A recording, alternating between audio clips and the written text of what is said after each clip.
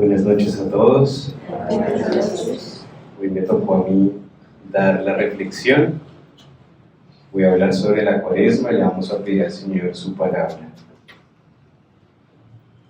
Voy a leerles de Mateo 15. Mancha al hombre lo que sale de él. Luego Jesús mandó acercarse a la gente y les dijo: escuchen y entiendan. Lo que entra por la boca no hace impura a la persona, pero sí mancha a la persona lo que sale de su boca. Poco después los discípulos se acercaron y le dijeron: ¿sabes que los fariseos se han escandalizado de tu declaración? Jesús respondió: toda planta que no haya plantado mi Padre Celestial será arrancada de raíz. No les hagan caso, son ciegos que guían a otros ciegos. Y si un ciego guía a otro ciego, los dos caerán en el hoyo. Entonces Pedro le dijo: explícanos esta sentencia. Jesús le respondió: ¿también ustedes están todavía cerrados? ¿No comprenden que todo lo que entra por la boca va al estómago y después termina en la basura? En cambio, lo que sale de la boca procede del corazón. Y eso es lo que hace impura a la persona. Del corazón proceden los malos deseos, asesinatos, adulterios, inmoralidad sexual, robos, mentiras, chismes. Estas son las cosas que hacen impuro al hombre, pero el comer sin lavarse las manos no hace impuro al hombre. Palabra del Señor. Pues esta es la palabra que nos regala el Señor a nosotros hoy, y con seguridad tiene un mensaje para nosotros. En el Espíritu, cuando se lee la palabra de Dios, sabemos que su palabra es alimento. Es como la misma Eucaristía. Hay comunidades como el Camino Neocatecumenal que la ponen arriba del sagrario o en el lugar contrario al sagrario, para que recordemos que, igual que la presencia eucarística y la veneración y el respeto y la adoración que tenemos a la presencia real de Cristo en la Eucaristía, debemos tener esa misma veneración y respeto y adoración a esta palabra. Y no se trata de que entendamos intelectualmente o reflexionemos teológicamente o tengamos estudios bíblicos sobre las Sagradas Escrituras o exégesis complejas o históricas de lo que está aquí. Lo que Dios quiere con su palabra es que lo escuchemos con oído abierto, porque es Él el que nos habla. Y cada que se pronuncia la palabra de Dios es un alimento espiritual para nosotros, y como dice las Sagradas Escrituras, llega y da fruto, no se va sin dar fruto, se siembra en el corazón como una semilla bella, llena de nutrientes para explotar en nosotros, para dar fruto, brotar en nosotros como algo maravilloso. Y aunque muchas veces uno abre alguna parte de las Sagradas Escrituras y sale un pasaje muy misterioso que uno no entiende y uno dice: ¿y esto qué tiene que ver con mi vida? Y hay veces un regaño por ahí bravo, hay veces una genealogía que son 2 páginas y uno dice: ¿y esto qué con mi vida? O medidas de un templo. Todo tiene que ver, porque en el Espíritu, nuestra alma, que ha sido ungida por el Espíritu Santo y que reconoce la voz del pastor, la voz de Dios, entiende lo que el Espíritu Santo, a través de la palabra de Dios, quiere comunicarnos. Entonces, la actitud con la que tenemos que llegar a la Sagrada Escritura es la actitud como cuando uno se va a sentar con un abuelo sabio, con un papá amoroso, a que me hable. Y de pronto yo no le entiendo todo, como un niño chiquito que se sienta a escuchar al papá, pues no le va a entender todo, pero el amor que le transmite sí lo nutre, lo libera, lo sana. Yo que trabajo en las ciencias del matrimonio y la familia y me la paso revisando estudios y cosas a veces, encontré algo muy bello, y es como cuando se escucha a la persona con atención, con amor, esa persona se integra, se ordena, se libera emocionalmente, psicológicamente, se ordena.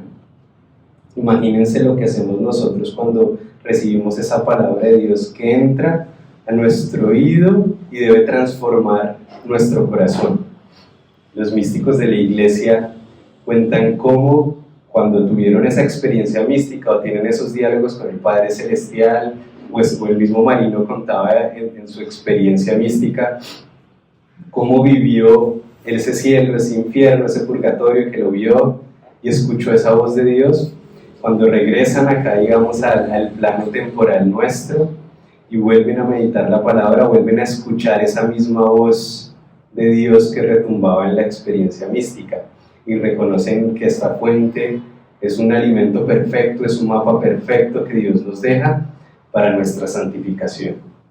Y esa palabra que nos regala Dios hoy, pues es un gran regalo para la Cuaresma, porque precisamente la Cuaresma es un periodo de purificación del corazón.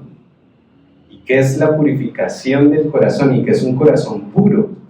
Porque es una pregunta que uno se puede hacer continuamente, y a veces está ligado como hacia los temas de las relaciones sexuales y la impureza sexual y la fornicación y el adulterio y los malos pensamientos y las malas miradas, y se enfoca como hacia eso, ¿no?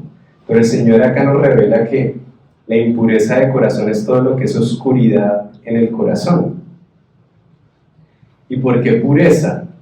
Juan Pablo II, de la teología del cuerpo, hace algo maravilloso, y es tratar de meditar en profundidad en lo que las Sagradas Escrituras, en relación al matrimonio, al amor, al noviazgo, tiene como para develar un poco más del misterio que nunca acaba de las Sagradas Escrituras, usando unas metodologías y unas exégesis complejas.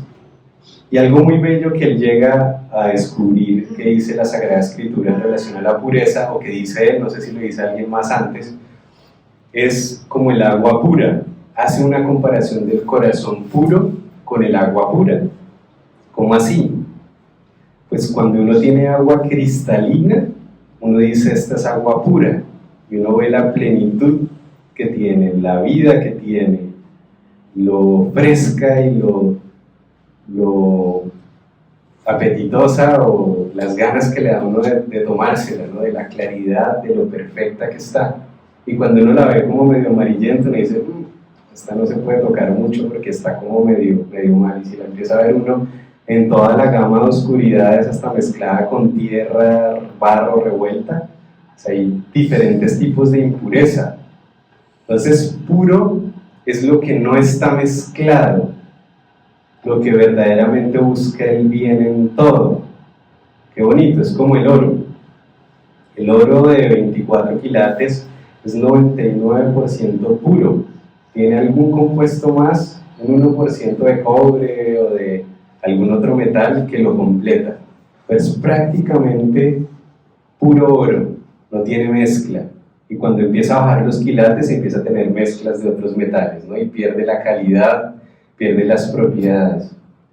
Es igual nuestro corazón, es así de sencillo. Nuestro corazón no puede tener mezcla. Y esa es la invitación de la Cuaresma, que entremos en profundidad en nuestro corazón para ver dónde están esas mezclas, o en el trato con los demás, o en las angustias, en los miedos, en el uso del dinero, en el trabajo deshonesto, en la mentira, en la lujuria. ¿En dónde está esa mezcla que no me permite tener el corazón puro? Porque no es solo una pureza como el ascetismo del budista que quiere estar como en modo zen y que nada lo toca, sino es la pureza que tiene una promesa, que es el que tiene el corazón puro verá a Dios, y Dios está presente y nos habla, dice el catecismo, con todo nos habla todo el tiempo Dios. Marino tiene una experiencia muy bonita en algún país en Europa. Cuenta que De pronto ya muchos han escuchado esta historia, pero bueno, es bonito recordarla en un contexto como este. Estaba predicando a unos jóvenes que todos los años o cada 2 años iba a predicarles, y entonces un joven le hace una pregunta, y la pregunta era pues la parte de las preguntas en medio de un retiro, y con mucha sinceridad, no con ganas de molestarlo o el típico que hace preguntas capciosas para coger a alguien como le hacían a Jesús, ¿no? en la mentira o para que se equivocara, y le pregunta, ¿por qué Dios es invisible? Y Marino dijo, pues yo no le quería responder de la manera fácil, y no, pues porque él quiere, y así lo hizo, ¿no? La fácil que todos usaríamos para responder una pregunta que él de verdad tenía en el corazón, pues esa pregunta de por qué Dios es invisible. Entonces él le dice, ¿sabe qué? Como ahorita entramos al receso del almuerzo, después del almuerzo yo le tengo una respuesta. Y se fue para el Santísimo. Y toda la hora del almuerzo estuvo ahí en el Santísimo orando, y no venía nada. Él le decía, Dios mío, ilumíname porque yo no quiero salir con la fácil. Y ya cuando se iba a ir, dice él que sintió en el corazón con mucha claridad la respuesta. Llegó a donde los jóvenes, estaban todos los jóvenes, o bueno, ahora sí le tengo la respuesta a la pregunta. Y respondió, Dios no es invisible, es perfectamente visible. Y para que lo veamos, tenemos que ser perfectos. Entonces dice él que fue tan impactante la respuesta porque él sintió que ¿quién le da a uno esas respuestas en el corazón en una pregunta tan compleja? Pues el Espíritu Santo, obviamente. Que fue tal el silencio en el lugar que se podía escuchar caer un alfiler, ¿no? Y ya nadie más hizo más preguntas y quedaron con ese gozo como de ser consolados por la palabra de Dios. Esa es la pureza de corazón que nos revela la presencia de Dios en todo. Y como nosotros pues somos tan cómodos, tenemos tantos defectos, tenemos tantas luchas con nuestro temperamento, los vicios heredados por familia, en el sentido de que los hemos visto desde que nacimos, entonces los tenemos reforzados y asumidos como si fueran propios. Necesitamos anualmente un periodo de revisión del corazón para que el corazón pueda ser verdaderamente puro, sin mezcla. Y en esa pedagogía bellísima de Dios nos deja en la liturgia, que la liturgia es Cristo mismo que se entrega ordenadamente a nosotros, dice el catecismo, para que podamos redescubrirlo, porque se manifiesta de manera real en cada uno de los misterios de su vida, de nuevo en nuestra vida en ese periodo, ¿no? Y se entrega a nosotros con un mensaje especial en ese momento de nuestra vida para ayudarnos a seguir creciendo espiritualmente, para santificarnos. Entonces, la liturgia es un regalo porque es Cristo mismo. Y la Cuaresma, en este periodo que estamos de 40 días, pues este periodo de reflexión, de meditación.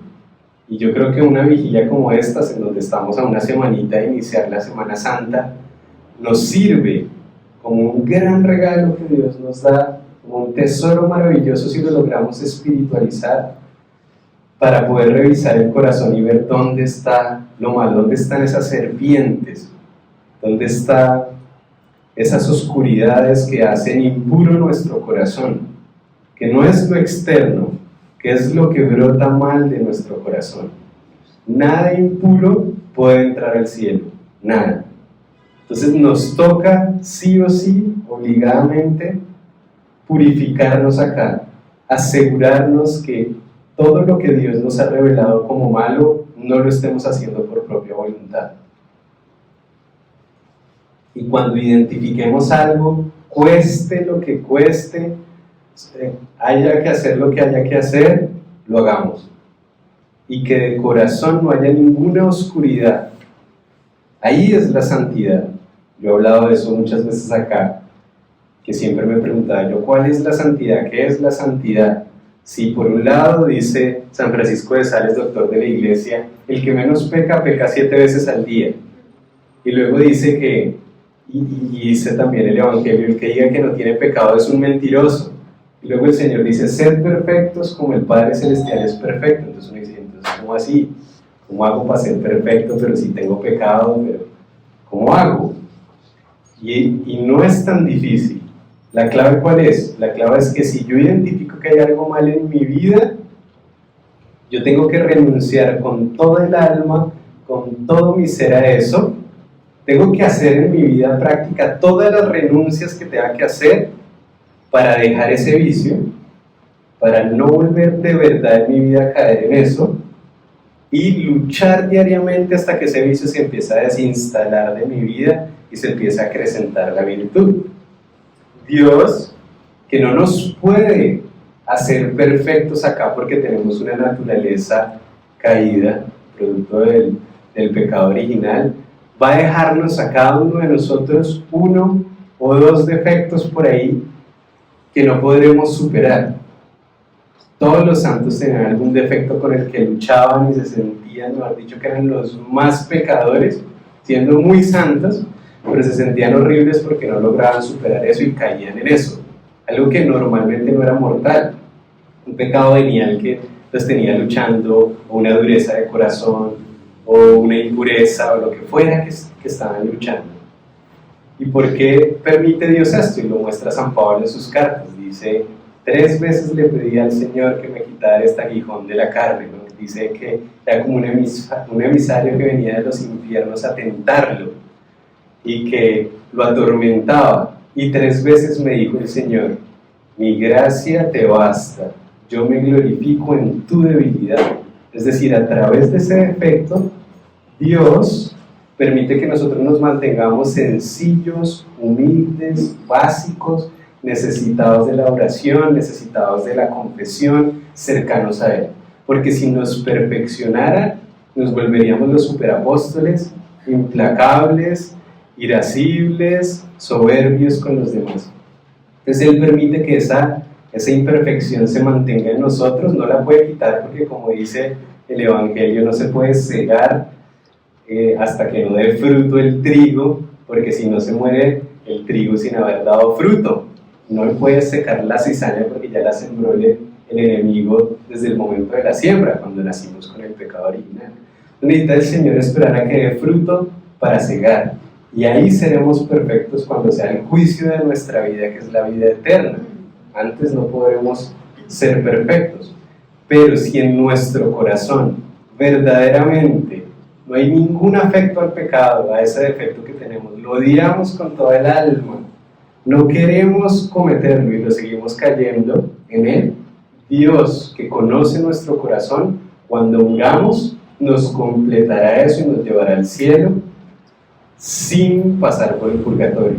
Porque Él sabía, conociendo nuestro corazón, que lo único que queríamos era luchar contra ese defecto. Esa es la santidad. Estar seguro que en mi corazón no hay ninguna oscuridad de ningún tipo. Y ahí hay que hacer 500 renuncias. Pero no solo renuncia de corazón, sino también en la vida real. ¿Qué tengo que hacer para cambiar esta situación?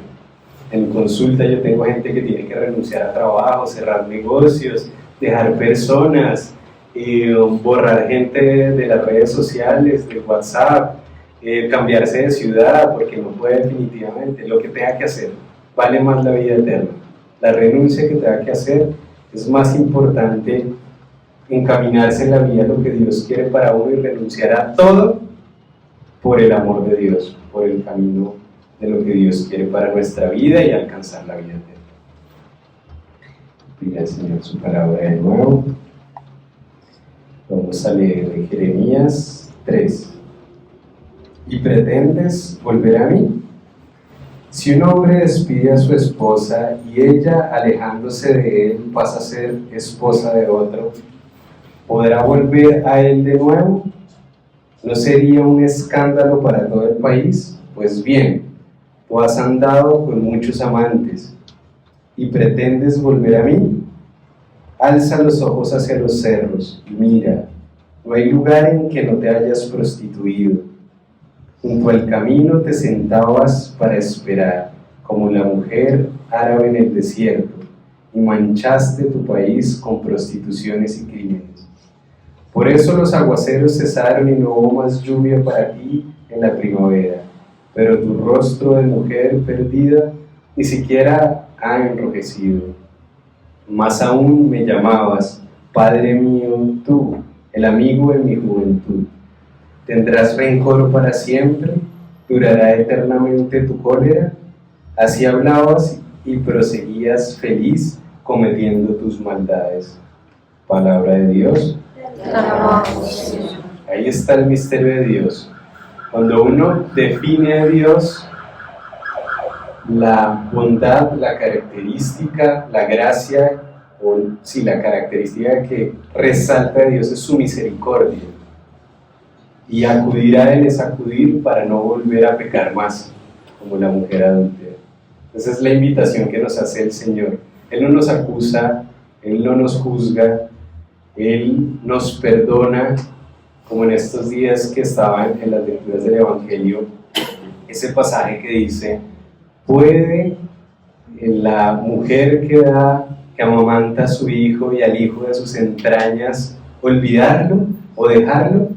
Dice, yo he tenido cuántas mamás no he tenido yo con unos hijos, con unas vidas terribles, que han hecho las locuras y los crímenes más tenaces y no pueden rechazar a su hijo. Lo aman, lo perdonan y lo quieren ver bien. Dice, y aunque una madre lo hiciere, yo no lo haré. Ese es el amor de Dios, totalmente incondicional. Pero tenemos que responder con el camino de santidad ese amor de Dios. No nos podemos quedar con que solo Él nos ama, sino amarlo también.